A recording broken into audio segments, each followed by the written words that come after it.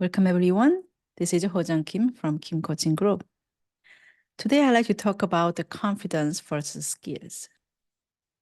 When I made the transition from academia to tech industry, one of my biggest challenge was interview. The work itself, I learned how to do it and I excelled at it. However, the interview, nobody was willing to teach me how to do a job interview well. The most frequent advice I got was, you are good. You just need to be yourself, have confidence. So I tried that. I tried all those tactics about how to show up more confidence, how to be more confident. But at some point, I realized and I had to accept that interview is a skill and I didn't have the skill. And of course, confidence does impact too, because if you don't get the good results again and again, your confidence level goes down. But that was not the core reason.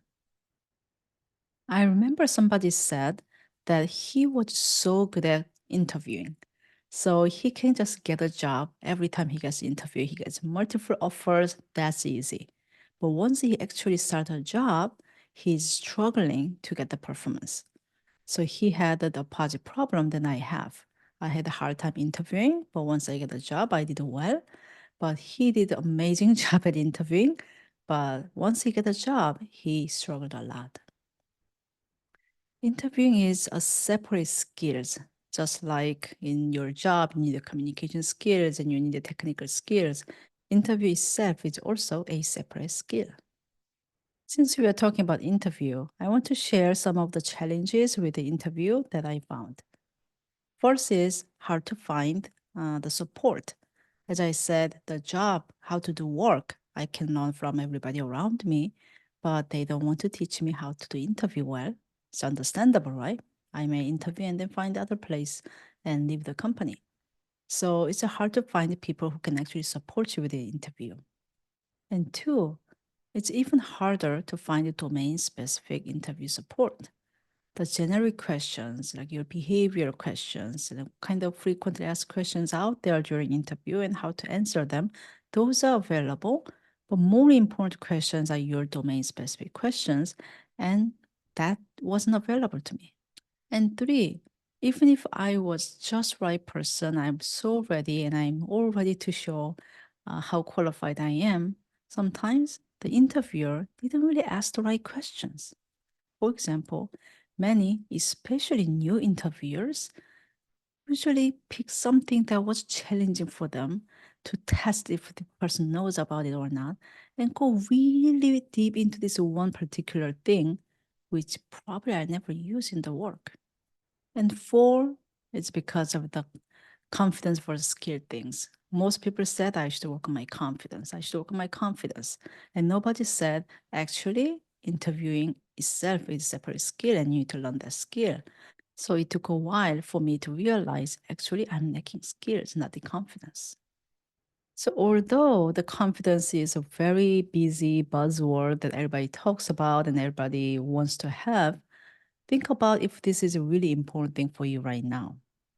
For example, most people who are starting their career, confidence is not really important because we all know that they don't have much experience. They just graduate from school, they don't have work experience.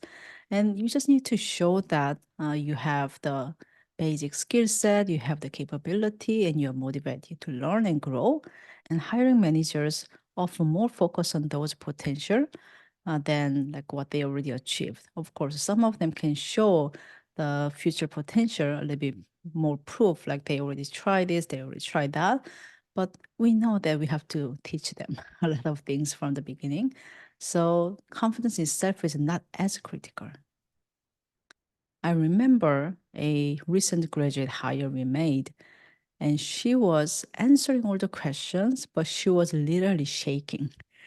But she was like really trying her best to focus and answer slowly, but without giving up. And the answer was good. So we hired her, and she is really amazing. She's actually in a leadership role in different company now. But if you look at the confidence, she didn't really have confidence. She more had courage than confidence. So that's totally okay at the earlier stage. But for the leaders, the confidence is crucial because you are not only responsible for your own performance, you are responsible for many people's performances together. And this confidence is not just courage that I never done this before, but I can do it kind of way, just like the recent graduate hire we made. This is something that you come from your past. Probably you never had the exact same situations before. You had a similar challenge before, and this is what you tried. This is what you learned, and you also observed other cases, and you have a confidence that I think I can figure it out. You may not know exactly what to do, but you have some ideas what you want to try, and you are confident that you can figure it out because you have successes of figuring things out in the past. The true confidence is the conviction to your ideas. You believe there's something has to happen, and you believe you can lead that effort to make that happen. That's the confidence. At Women Leaders Community, this is one of aspects we are going to challenge you to explore and self-reflect. Is it really time that you need more confidence? Or maybe it's time to learn a new skill? Or maybe this is time that you need to have more courage to take an action? Or maybe this is time that you need to rest and recharge for the next step. If you're interested in exploring those things, like what you need right now and how to start those things and get supported, check out Women Leaders Community. Thank you.